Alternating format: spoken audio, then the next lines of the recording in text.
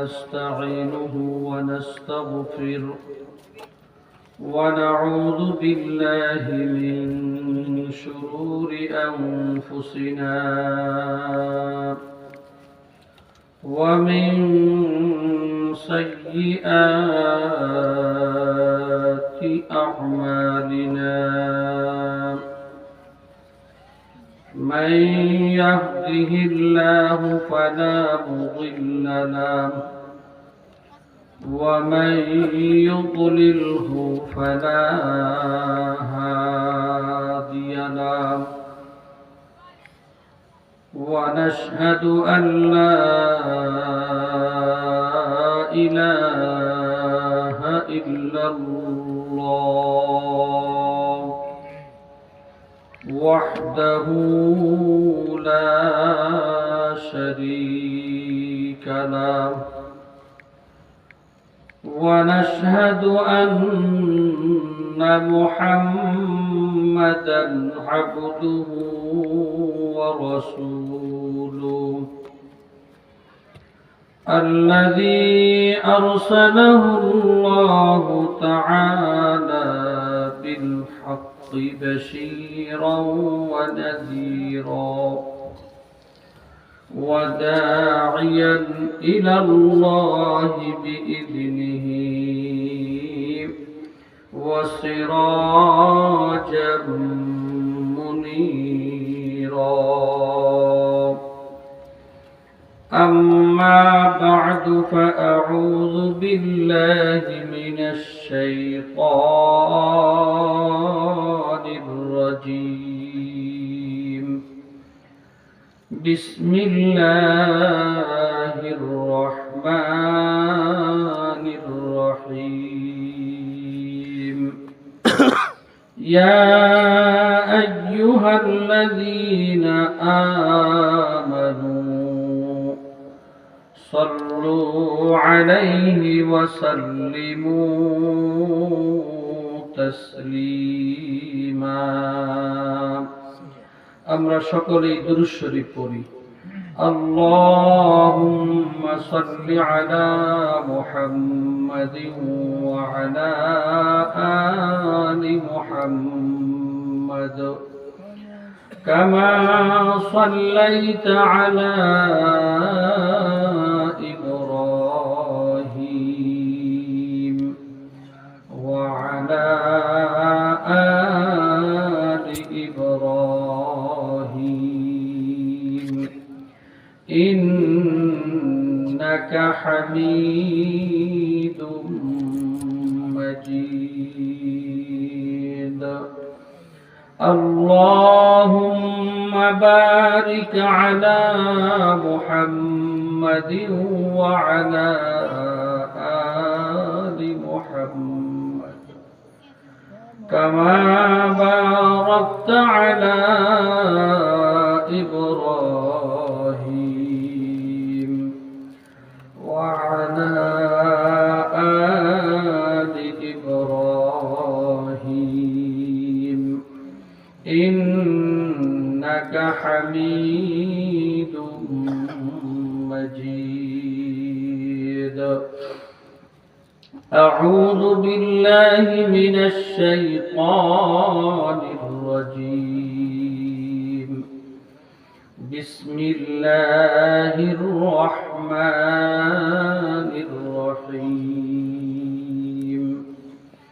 يا أيها الذين آمنوا اتقوا الله وكونوا مع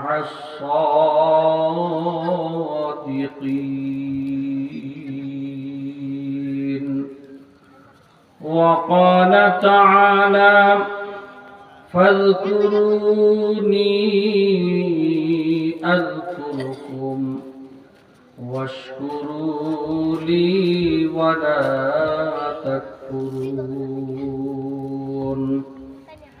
وقال النبي صلى الله عليه وسلم المرء مع من أحبه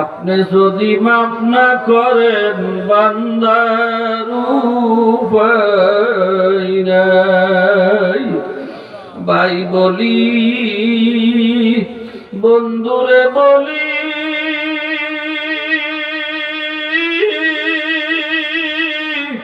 কেউ তো আমার আপন না। বহুত ভাবিয়া চিন্তা করিয়া দেখলাম রে মাওলা, অন্ধকার কবরে গেলে আপনি ছাড়া কেহ আপন হবে না। ইয়া আল্লাহ, এক কোরআন আপাক পানি দিয়ে আপনি বুনিয়াদমকে বানায়া কয়েকদিন দুনিয়াতে ঘুরাইয়া ফিরাইয়া আবার অন্ধকার কবরে নিয়ে যাইবেন। এই দুনিয়াতে আমাদের কাউকে থাকতে দিবেন না। দিন গেল খাইতে লইতে, রাত্র গেল ঘুমে ঘুমে, কবরের কামাই তো কিছু করতে পারলাম না। ও মাবুদ গো, আপনার আশিক না বানায়া, আপনার পাগল না বানায়া কবরে নিয়ে না। আপনার হাবিবের খাঁটি উম্মত না বানায়া কবরে নিয়ে না। ইয়া আল্লাহ, আপনি পবিত্র, আপনার জিকির পবিত্র, আপনার কোরআনুল কারীম পবিত্র, আপনার রাসূল পবিত্র, আপনার রাসূলের দুরূদ শরীফ পবিত্র। ইয়া আল্লাহ, আমাদের অপবিত্র জবান দিয়ে বারবার আপনার পবিত্র নামগুলো ডাকলাম গো আল্লাহ। ইয়া আল্লাহ, আপনার পবিত্র নামের খাতিরে আপনি আমাদের জবানকে পবিত্র বানাইয়া দেন। ইয়া আল্লাহ, আপনার পবিত্র নামের উসিলায় আপনি আমাদের কলবে আপনার নূরের মারিফাতের নূরের বাতি জ্বালায় দেন আল্লাহ। ইয়া আল্লাহ, আপনার পবিত্র নামের খাতিরে আপনি আমাদের কলবকে পবিত্র বানাইয়া দিয়েন আল্লাহ। ইয়া আল্লাহ, গুনাহ করিয়া ফেলাইছি, ভুল করিয়া ফেলাইছি, অন্যায় করিয়া ফেলাইছি, আবার ভিক্ষুকের মতো, এতিমের মতো তোমার শাহী দরবারে হাজিরা হয়ে গেছি আল্লাহ। দয়া করে মায়া করে আপনি আমাদের সবাইকে জিন্দেগীর সমস্ত গুনাহ খাতাগুলি মাফ করে দেন আল্লাহ। ইয়া আল্লাহ, আমরা যারা হাত উঠাইলাম জানি না আমাদের মধ্যে কার জানি মা নাই, বাবা নাই। ইয়া আল্লাহ, প্রতিদিন কত মানুষের চেহারা দেখি আব্বার মতো এমন একটা চেহারা আর মিলাইতে পারি না। কত মানুষ রে, কত মা, কত মানুষ কত মায়া করে আমাকে ডাক দেয়, কিন্তু মার মতো এমন মায়ার ডাক তো আর কেউ দেয় না গো আল্লাহ। আল্লাহ, শীতের মধ্যে কত কাপড় গায়ে দিছি, তারপরেও শীত মানে না। আর মা বাবারে পাতলা কয়টা কাপড় দিয়া ঠান্ডা মাটিতে শোয়া রাখছিলাম, কেমনে জানি শুয়ে রয়েছে জানি রে আল্লাহ। মাবুদ গো, আমরা সবাই মিলিয়া তোমার কাছে দরখাস্ত করলাম, তুমি আজকের মাহফিলের খাতিরে, ওলামায়ে কেরামের আগমনের খাতিরে আমাদের প্রত্যেকের মা বাবার কবরকে বেহেশতের বাগান বানাইয়া দাও। ইয়া আল্লাহ, সন্তান জান্নাতের বাগানে বৈশা বৈশা ডাকবে আর মা বাবার কবরে আযাব হবে, এইটা হইতে পারে না মাওলা। দয়া করে মায়া করে আমাদের প্রত্যেকের মা বাবার কবরকে জান্নাতের বাগান বানাইয়া দাও। ও গুবুরিয়াবাসী, তোমাদের যাদের মা না, যাদের বাবা আজকে কবরে শুয়ে রয়েছে, পাগলের মতো দোকান পাটে কেন ঘুরিয়া সময় নষ্ট করো রে ভাই? জান্নাতের বাগানে বসিয়া মার জন্য বাবার জন্য এক ফোঁটা চোখের পানি ফেলাও। এইটাই হবে তোমার মা বাবার নাজাতের কারণ। আল্লাহ তুমি আমাদের প্রত্যেকের মা বাবার কবরকে বেহেশতের বাগান বানাইয়া দেন। ইয়া আল্লাহ, দাদা দাদি, নানা নানি, স্ত্রী পুত্র, আত্মীয় স্বজন, পরিবার পরিজন, সারা দুনিয়ার জমিনের নিচে যত মুমিন মুসলমান কবরে শুয়ে রয়েছে, প্রত্যেকের কবরকে আপনি বেহেশতের বাগান বানাইয়া দেন। ইয়া আল্লাহ, আজকের মাহফিলকে আপনি হেদায়েতের জন্য কবুল করে নেন। ইয়া আল্লাহ, মাহফিল যারা করাইলেন, টাকা দিলেন, পয়সা দিলেন, খাটনি দিলেন, আমরা যারা হাজির হইলাম, আমাদের কাউকে আপনার খাঁটি গোলাম বান্দা না বানাইয়া এই মাহফিল থেকে বিদায় দিও না। ইয়া আল্লাহ, আমাদের সকলের উপরে খাস রহমত নাযিল করে দাও। বিশেষ করে আজকের মাহফিলের প্রধান মেহমান পীর সাহেব হুজুরের হায়াতের মধ্যে বরকত দিয়া দেন আল্লাহ। ইয়া আল্লাহ, এলেমের মধ্যে তরক্কি দান করেন, জবানে মজা দিয়া দেন আল্লাহ। সারা দেশে ঘুরিয়া ঘুরিয়া তোমার বান্দাদেরকে তোমার পথে ডাকে আল্লাহ। রাস্তাঘাটে চলার জীবনের সব দিক থেকে আপনার কুদরতের দ্বারা আপনি হেফাজত করিয়েন আল্লাহ। ইয়া আল্লাহ, আপনার হাবিবের খাতিরে আপনি আমাদের সকলের দোয়াকে কবুল করে নেন। سبحان ربك رب العزة عما يصفون وسلام على المرسلين والحمد لله رب العالمين। আমরা সকলে বলি আলহামদুলিল্লাহ। আর একটু জোরে সোরে আওয়াজ দিয়ে বলি আলহামদুলিল্লাহ।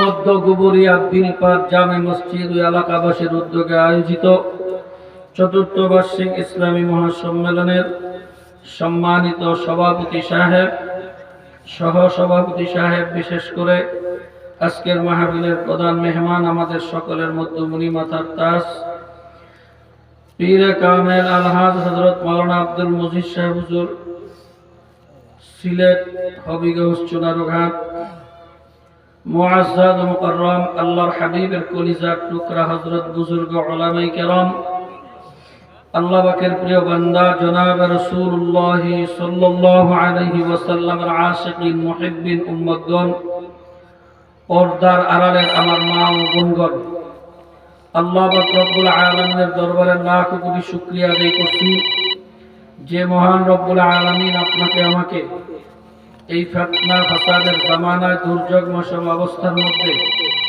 আল্লাহ পাক রব্বুল আলামিন অত্যন্ত মায়া করে, দয়া করে, কোন কোন না শীতের মধ্যে কুয়াশার ভিতরে দুনিয়ার সমস্ত কাজ কর্মকে ফেলে রেখে আল্লাহ পাকের ফজল ও করম, দয়া এবং মেহেরবানিতে এই মুহূর্তে এমন একটা মজলিসে আল্লাহ তাআলা আপনাকে আমাকে বসায় রাখছেন, যেই মজলিসটাকে আল্লাহর নবী বেহেশতের বাগানের সঙ্গে তুলনা করছেন।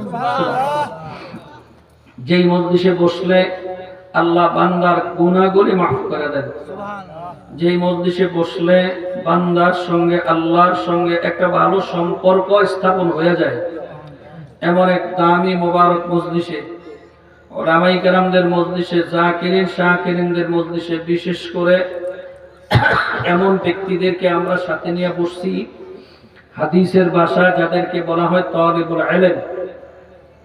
তালিবুল ইলম অনেক দামি এক জাতি।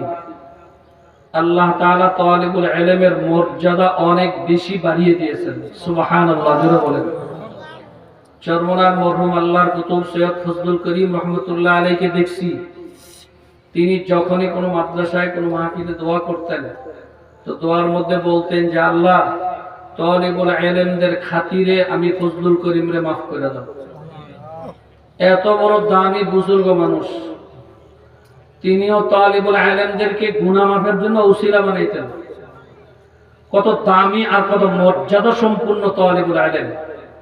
নবীজি বলেন, তালিবুল ইলম যে রাস্তা দিয়ে হাঁটে, ফেরেশতারা তার পায়ের নিচে নূরের চাদর বিছায় দেন। নবীদের দোয়া আল্লাহ তাআলার কাছে যত তাড়াতাড়ি কবুল হয়, তালিবুল ইলমদের দোয়া তার চেয়ে তাড়াতাড়ি কবুল হয়ে যায়।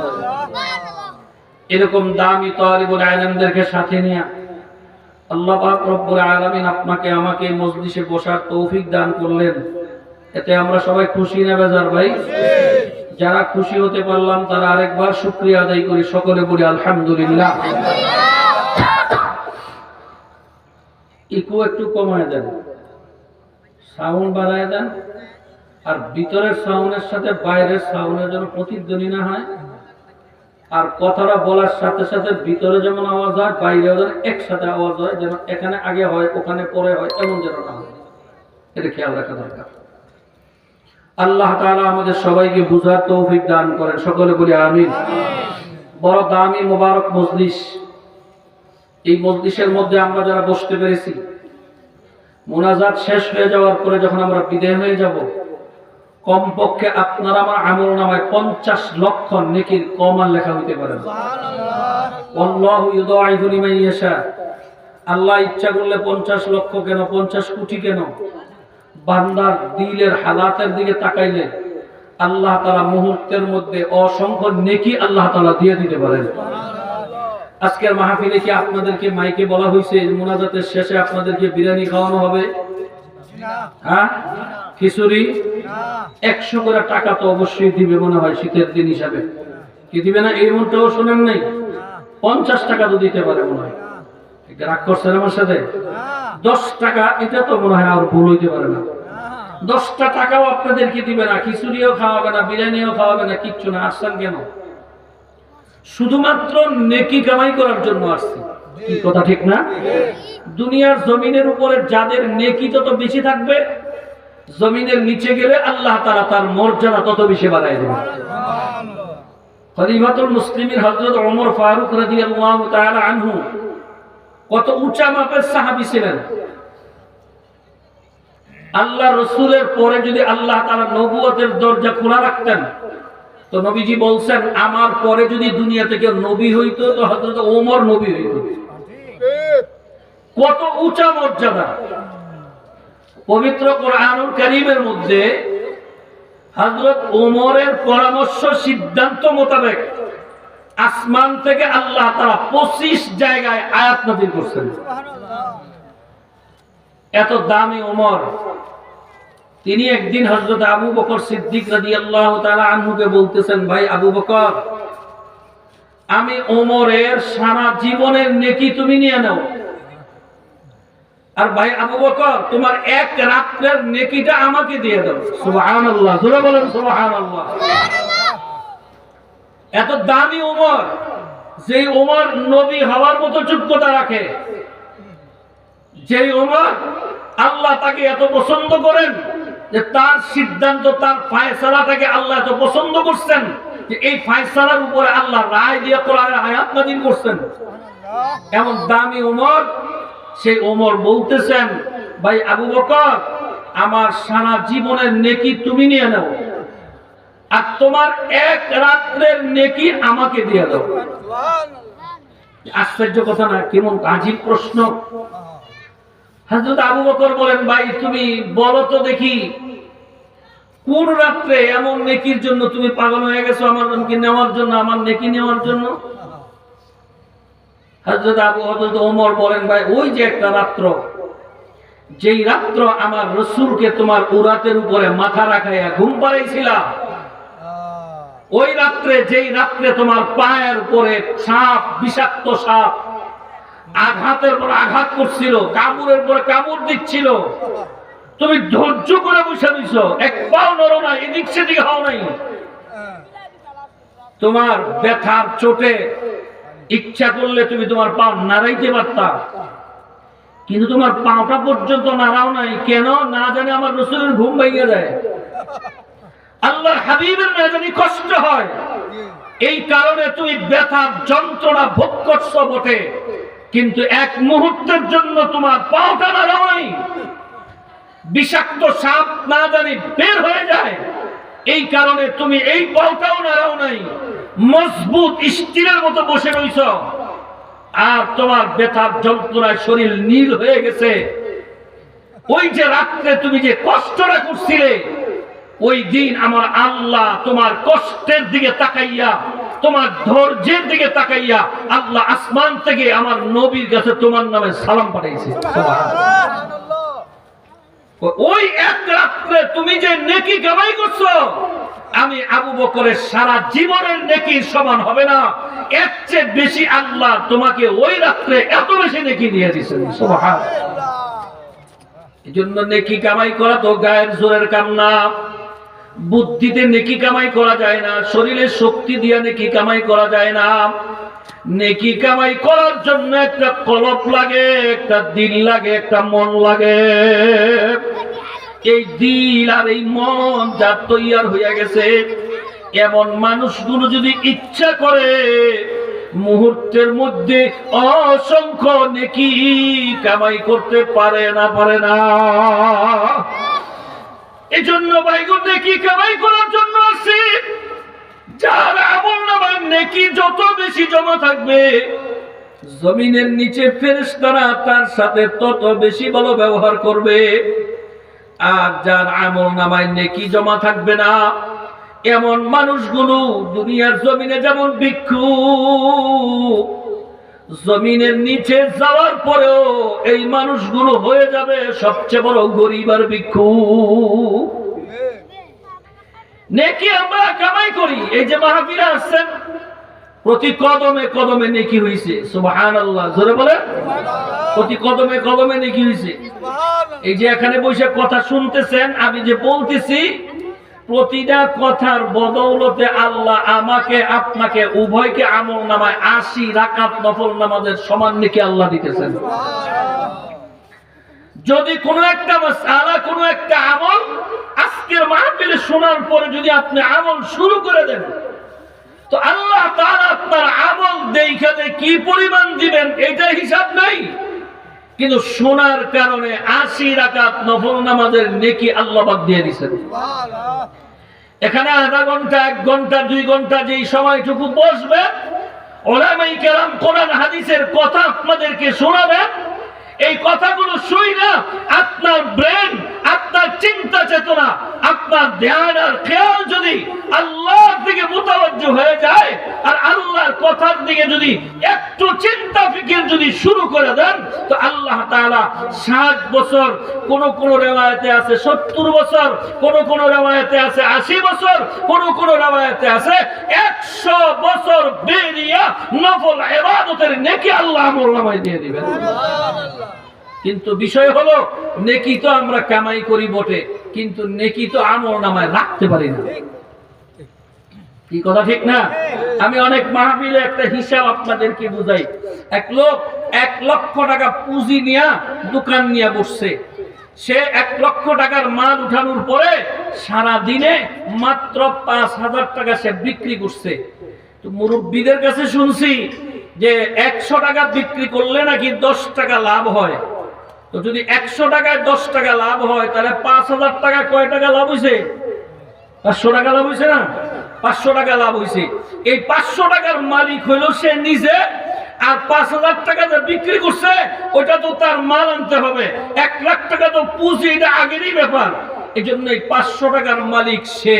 এই 500 টাকার মালিক হওয়ার পরে সে দোকানের ভাড়া দেয় 3,000 টাকা, এর মধ্যে দৈনিক পরে 100 টাকা। তাহলে 500 টাকার থেকে চলে গেল কত? 100, রইল 400। তার বাড়িতে 5 জন লোক খানেওয়ালা আছে, খানা খায় সংসারের মধ্যে।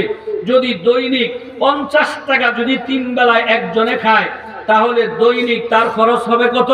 250। তাহলে 250 আর হইল 100, কত হইল? 350। তার পুঁজি রইল 150। সন্ধ্যার সময় বাসার থেকে ফোন দিছে, তোমার বাচ্চা অসুস্থ, হাসপাতালে নিতে হবে না, ডাক্তার দেখাইতে হবে। তো বলে রাখো, আমি ডাক্তারের সাথে বলি, ডাক্তার কি পরামর্শ দেয় শুনি। ডাক্তারের কাছে যাওয়ার পরে ডাক্তার ঔষধ দিছে, দিয়া বলতেছে কি আপনার ঔষধের মূল্য 200 টাকা। তাহলে তার কামাই ছিল 150, ঔষধে দিয়ে দিছে 200, তার ঋণ হইছে কত? কথা বলেন না কেন? কত? এখন তো কামাই করছিল 500 ঠিকই, কিন্তু এখন রাত্রে তো ঋণের বোঝা লইয়া বাসা যাইতেছে, কামাই তো আর নাই। 5 ওয়াক্ত নামাজ পড়ি সওয়াব হয়, জিকির করি সওয়াব হয়, আলেমদের কাছে সওয়াব হয়, কিন্তু সওয়াব কামাই কইরা এরপরে যখন চাষটনে বৈশা উলঙ্গ বেহায়াপনা নারীদের চেহারার দিকে টেলিভিশনে যখন তাকায় থাকি, তখন কয়টা সওয়াব হয় ভাই সাহেব? কথা বল না, কয়টা হয়? যখন বিড়িটা দইরা চুমুক মারা টান শুরু করেন তো কয়টা সওয়াব হয়? কথা বল না, একটা সওয়াব হয় না গুনাহ হয়? কি গুনাহ হয়? ওলামায়ে কেরাম বলেন 3টা সগীরা গুনাহ যদি একত্রে করে তাহলে একটা কবিরা গুনাহ শামিল হয়। কয়টা সগীরা গুনাহ? কথা বলে কয়টা? 3টা সগীরা গুনাহ যদি একত্রে করে তাহলে কি হয়? একটা কবিরা গুনাহ শামিল হয়। তাহলে এখন হিসাব করেন, আপনার বিড়িটা সগীরা গুনাহ ধরে নিছেন, এটা সগীরা গুনাহ ধরে। এখন জিজ্ঞাসা করলে কয় এটা তো ছোট গুনাহ হুজুর, এটা কোনো ব্যাপার না। তো ধরেন একটা টান দিছেন একটা সগীরা গুনাহ, আরেকটা টান দিছেন আরেকটা সগীরা গুনাহ, আরেকটা টান দিছেন আরেকটা সগীরা গুনাহ, 3 টানে কি বিড়ি শেষ? কথা বলে না, ঘুমাইতেছেন আপনারা? 3 টানে কি সিগারেট শেষ হয়ে গেছে গা? তাহলে পরে যে টানটা দিবেন এটা কোন গুনাহ? এইটাই তো কবিরা গুনাহ। কি কথা ঠিক না বেরি জোরে বলেন? এইভাবে যতবার বিড়ি সিগারেট টানতেছেন এরপরে 3 টানের পরে যত টান দিবেন সব টান হবে কবিরা গুনাহ। এইভাবে যদি আপনি একটা বিড়ি খাইতে যদি 10টা টান লাগে আর 3টা টান যদি বাদ দেন বাকি থাকে 7টা, তাহলে 7টা কবিরা গুনাহ যদি এক বিড়িতে হয় তাহলে সারা দিনে যদি 10টা বিড়ি খান তাহলে 70টা কবিরা গুনাহ কামাই করলেন। সারা দিনে 5 ওয়াক্ত নামাজ আদায় করে যেই পরিমাণে নেকি কামাই করছেন এই নেকি তো আপনার বিড়ি টানের বিষয় শেষ।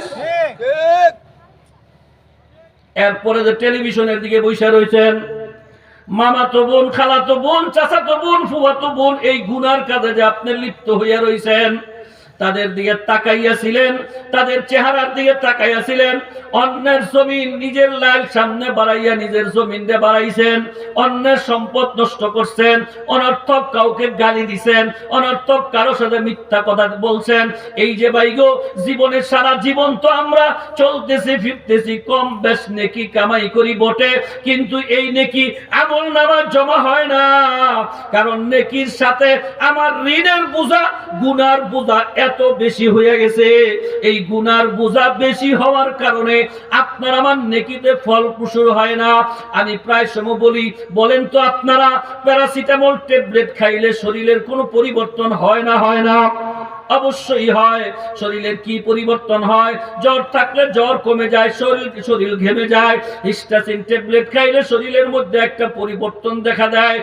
দুনিয়ার 1 টাকা 2 টাকা দামের একটা ট্যাবলেট, এইটা ব্যবহার করলে যদি শরীরের মধ্যে পরিবর্তনের অবস্থান বোঝা যায়, তাহলে আল্লাহ পাকের ইবাদত, আল্লাহ পাকের গোলামি, আল্লাহ পাকের ডাকা, আল্লাহর হাবিবের উপরে দুরূদ শরীফ পড়া, নেকির মর্যাদা কি এত কম হয়ে গেছে যে আমি নেকি কামাই করব আমার কোনো অ্যাকশন হবে না, আমি ইবাদত করব আমার কোনো অ্যাকশন হবে না, এমন নয়। বরঞ্চ ইবাদতের অ্যাকশন আছে, আল্লাহকে ডাকার অ্যাকশন আছে, আল্লাহর গোলামির মধ্যে অ্যাকশন আছে, কিন্তু আমার মধ্যে কেন অ্যাকশন হয় না?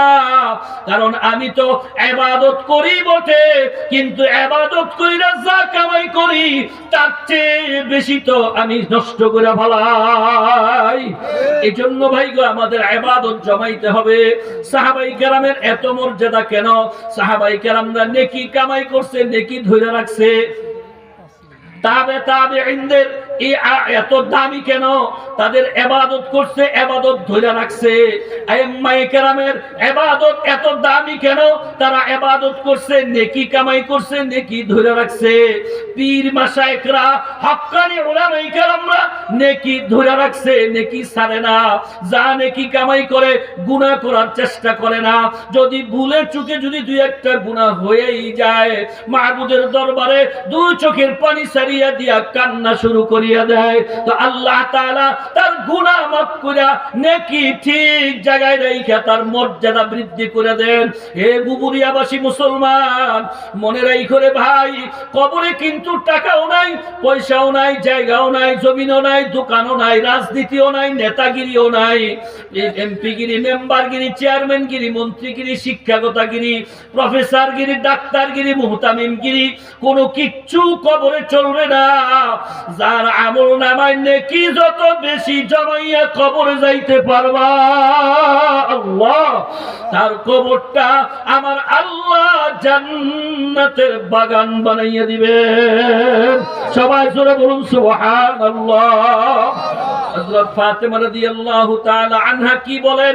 আমার নবী ফাতেমাকে ডাইকা বলতেছেন, হে ফাতেমা, কবরে যাইয়া যদি তোমার বাবার নবীর পরিচয় দাও, হাসান হুসাইনের পরিচয় দাও, আলীর পরিচয় দাও, তোমার পয়গম্বরের বাবার পরিচয় যদি কবরে দাও, কোনো কাজে লাগবে না গো মা। যদি দুনিয়ার জমিন থেকে ঈমান আর আমল নেকি কামাই করিয়া যদি কবরে যাইতে পারো, আল্লাহ তোমার কবরটা বেহেশতের বাগান বানাইয়া দিবে। আর যদি নেকি কামাই করিয়া, ঈমান আমল কামাই করিয়া যদি মাওলার কবরে যাইতে না পারো, কবর কারো সাথে কোনো ভালো ব্যবহার করবে না। ডান পাশের মাটি, বাম পাশের মাটি এমন ভাবে চাপ মারিয়া বসবে, এক পাশের হাড্ডি গুলো আর এক পাশে ঢুকাইয়া ফেলাইবে। যারা মজলিসের মধ্যে এই মুহূর্তে উপস্থিত হয়ে আছেন, আমি আপনাদের কাছে জানতে চাই, নেকি কামাই করিয়া নেকি জমানোর ইচ্ছা আপনাদের অন্তরে আসেনি? আছে আছে আছে ভাই, আছে? কার কার আছে? একটু আল্লাহু আকবার বলে হাত উঠান। নারে তাকবীর।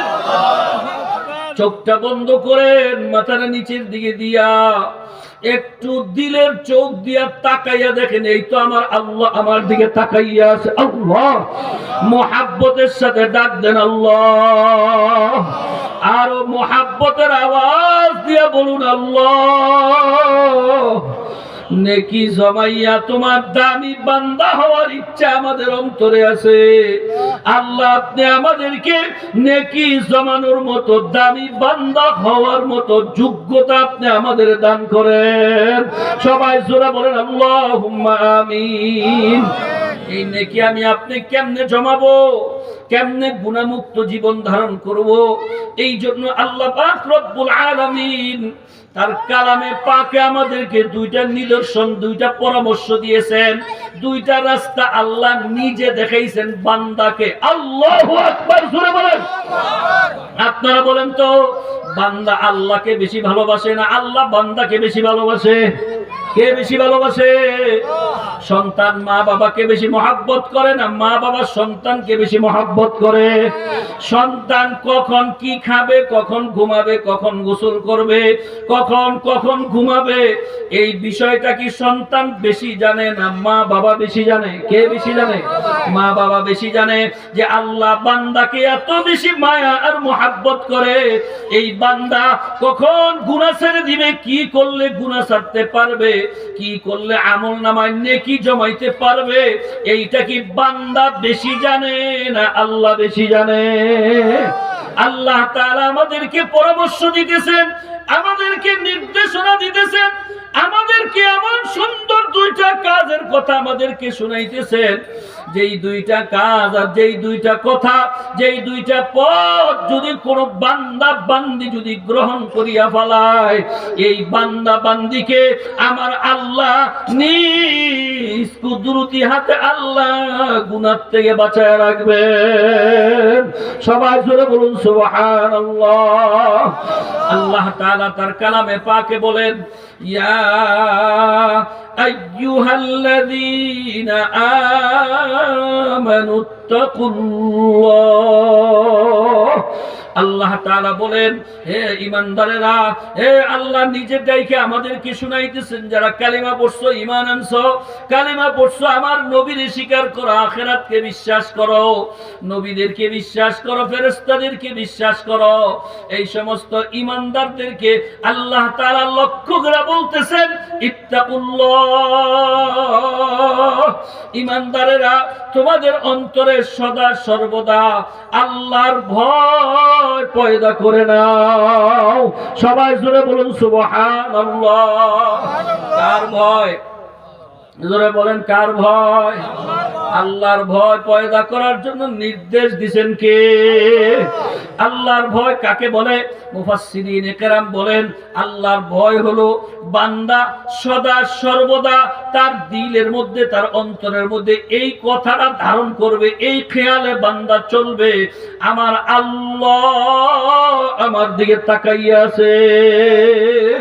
আপনাদের কি ধারণা আল্লাহ তাআলা সব সময় কি আমাদের দিকে তাকায় থাকে নামাজের মধ্যে?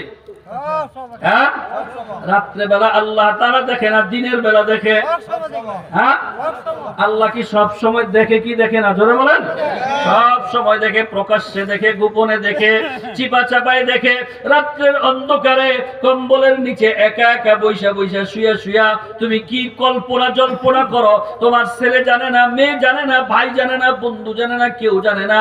যিনি জানেন তিনি কে? আল্লাহ তাআলা সব সময় বান্দার অন্তরের দিকে তাকাইয়া আছে। বান্দা এই কথা খেয়াল করবে, আমার আল্লাহ আমার দিকে তাকাইয়া আছে।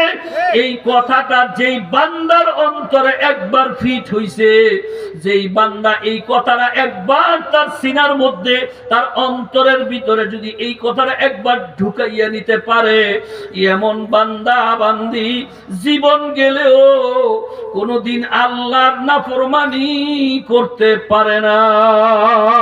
ঠিক না ঠিক? যেই বান্দা খেয়াল করে আমার আল্লাহ আমার দিকে তাকাইয়া আছে, এই বান্দা আযান দিলে কখনো ঘুমিয়ে থাকতে পারে না। যেই বান্দা খেয়াল করে আমার আল্লাহ আমার দিকে তাকাইয়া আছে, এই বান্দা কোনোদিন বিড়ি সিগারেট মুখে উঠাইতে পারে না। যেই বান্দা খেয়াল করে আমার আল্লাহ আমার দিকে তাকাইয়া আছে, এই বান্দার জবান দিয়ে কোনোদিন অশ্লীল ভাষায় গালাগালি আসতে পারে না।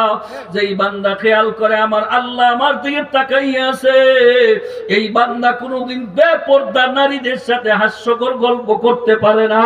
যেই বান্দা খেয়াল করে আমার আল্লাহ আমার দিকে তাকাইয়া আছে, এই বান্দা নির্বাচনের সময় পর্দার ভিতরে কাফের, বেঈমান, মুশরিক, মুনাফিকদের পক্ষে সিল মারতে পারে না। এজন্য ভাই গো, আল্লাহর ভয় ছাড়া কোনোদিন মানুষ হওয়া যাবে না। আল্লাহর ভয় ছাড়া চরিত্র ভালো হবে না। এই যে দেখেন, স্বাধীনের পর থেকে এই পর্যন্ত কত সরকার আসলো আর গেল, ঠিক না বেঠিক?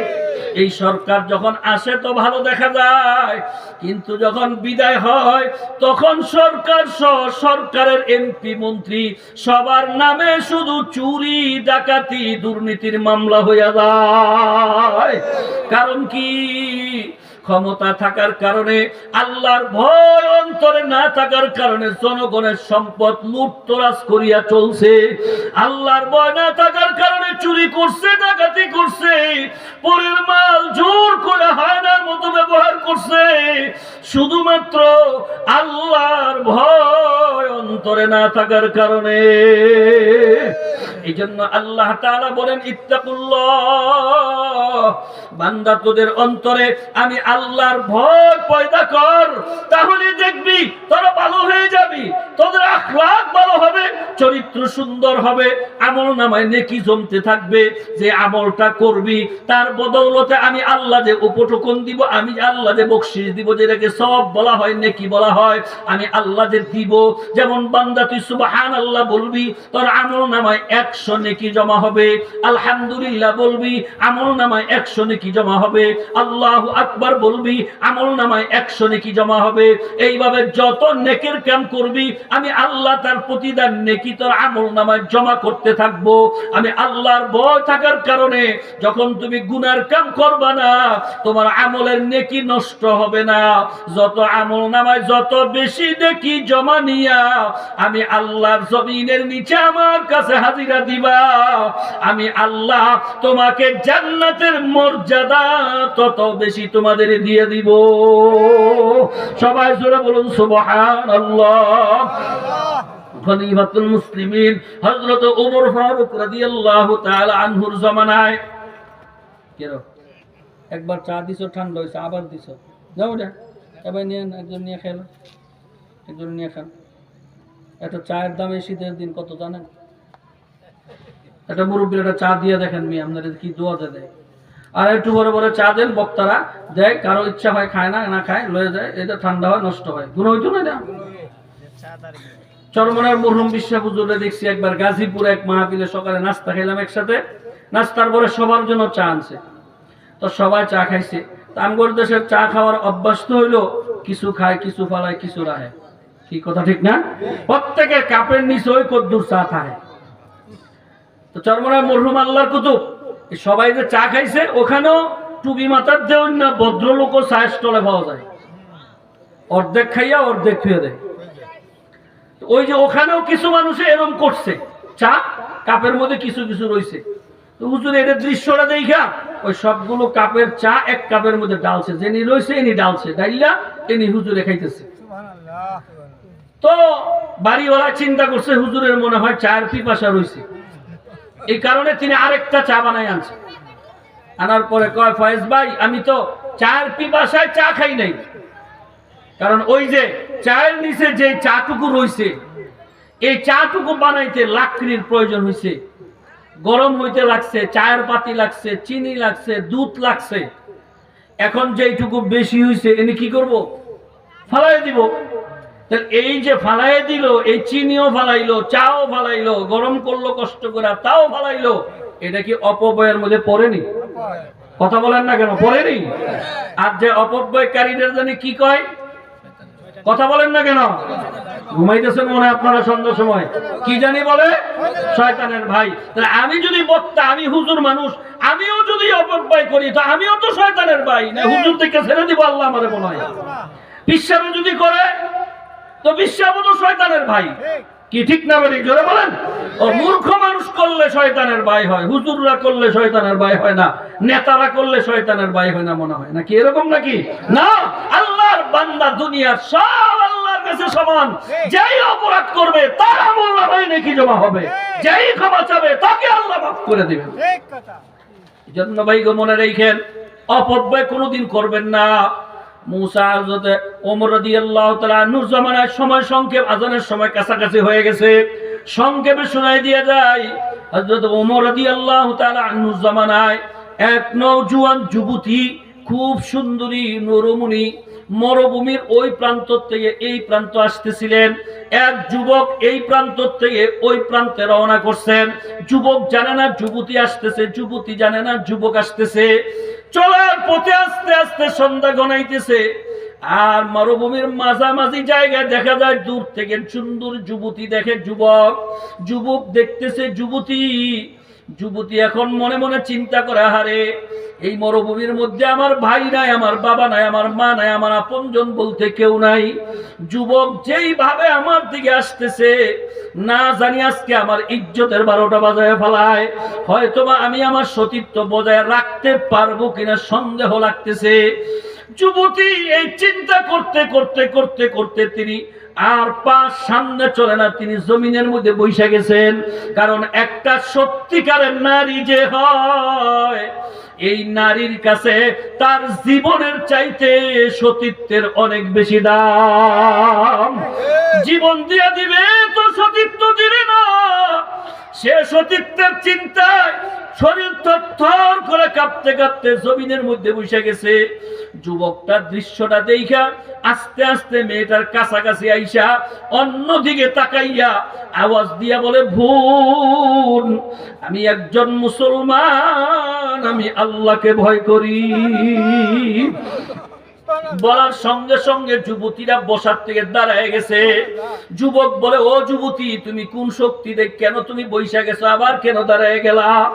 যুবতী দাইকা বলেন, আমি আমিরুল মুমিনিন হযরত ওমরের জবানে একবার না দুইবার না একাধিকবার শুনছি, যেই মানুষ আল্লাহকে ভয় করে এই মানুষ কোনদিন অন্যের ক্ষতি করতে পারে না।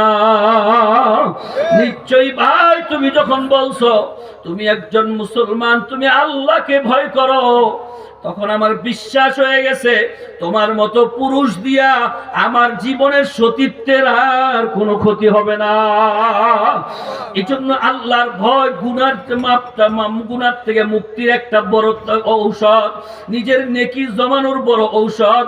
এই আল্লাহর ভয় আমার মধ্যে, আপনার মধ্যে, সমাজের সকলের অন্তরে সবার কাছে আসুক, এইটা কি আমরা সবাই চাইনি? এই যারা যারা চাইবো, আল্লাহ তার কালামে পাকে আমাদেরকে সুন্দর একটা রাস্তা দেখাইয়া দিতেছেন। আল্লাহ বলেন, ওয়াকুনু মা'আস